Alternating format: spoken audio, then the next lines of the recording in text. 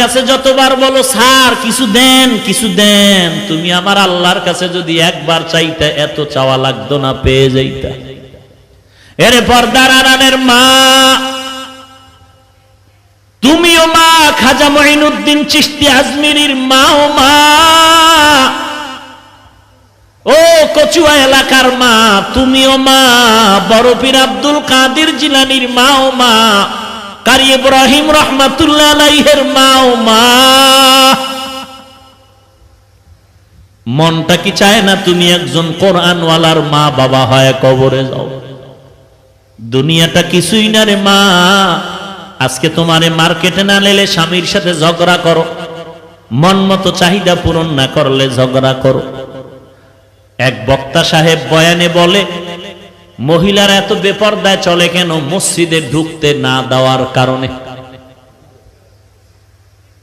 এখন তো ইসলামের ব্যানারওয়ালা ধান্দাবাজের অভাব নাই তো। আহা, বলে মহিলাদেরকে মসজিদে ঢুকাও, পুরুষের পাশাপাশি মহিলাদের নামাজের ব্যবস্থা করে দাও। বক্তা সাহেব বলে মহিলাদেরকে মসজিদে ঢুকার সুযোগ না দেওয়ার কারণে মহিলারা বেপরদায় চলে। আমি জবাব দিয়া বললাম, আমাদের গোষ্ঠী শুদ্ধ বহু হাজার লাখ ওলামায়ে কেরাম যারা হকের পথে আছে, এদের স্ত্রীরা তো কোনোদিন মসজিদে যায় না, বরং অনেক হাজী সাহেবদের স্ত্রীরা হজে গিয়া বেপরদায় বাইতুল্লাহে দৌড়ায়। অথচ আমাদের মা, আমাদের চাচিদের নিয়ে হজ করলাম, আলহামদুলিল্লাহ আমাদের মা চাচির চেহারাটা মক্কায় বসিয়াও কেউ দেখতে পারে না। আর ওই চাপাবাজের দলেরা মেয়ে নিয়া, মহিলাদের নিয়ে হজে গিয়া কয় চেহারা খোলা রাখা যাবে, ফতুয়া একটু তিল পাইয়া তাল বানায়া পুরা বেপরদায় চলে, গুনাহ হয় খবর নাই, ফতুয়াবাজি করে। এরে নবীর উম্মতের দল, এরে পর্দার আড়ালের মা, তুমি একজন নারী হিসাবেই দুনিয়াতে বেঁচে থাকার জন্য আল্লাহ পাঠান নাই। তুমি একটা সন্তানের মা হিসাবেই পরিচয় দিলে চলবে না রে মা। তুমি একজন স্বামীর স্ত্রী পরিচয় দিলেই যথেষ্ট হবে না রে মা। তুমি একজন মায়ের কাছে সমাজ আর জাতি অনেক কিছু পাওনাদার।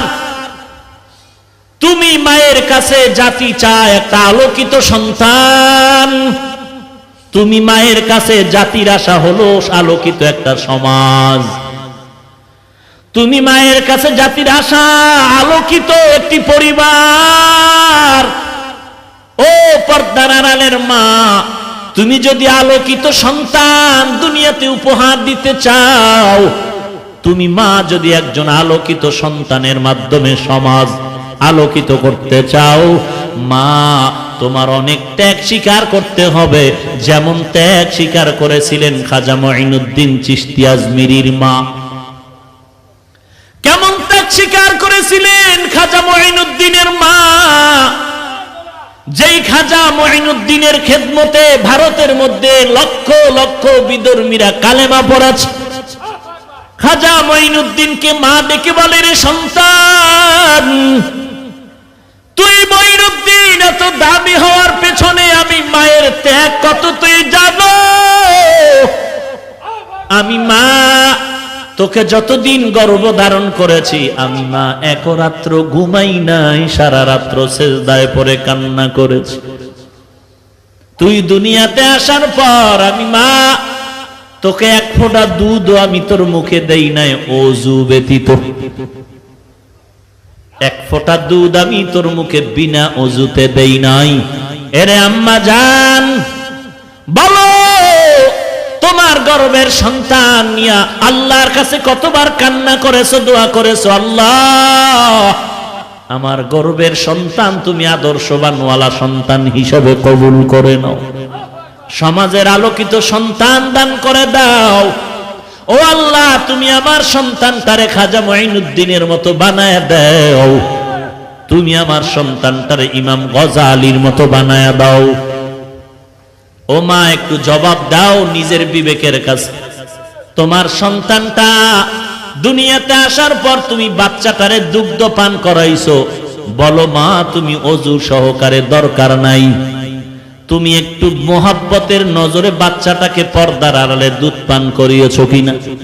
না রে মা, দেখা গেল বাচ্চাটারে তুমি কোলের মধ্যে নিয়ে দুগ্ধ দিয়েছো আর ওদিকে টেলিভিশনের নাচ গান দেখতেছিলে। এরে আম্মা জান, আজকে যত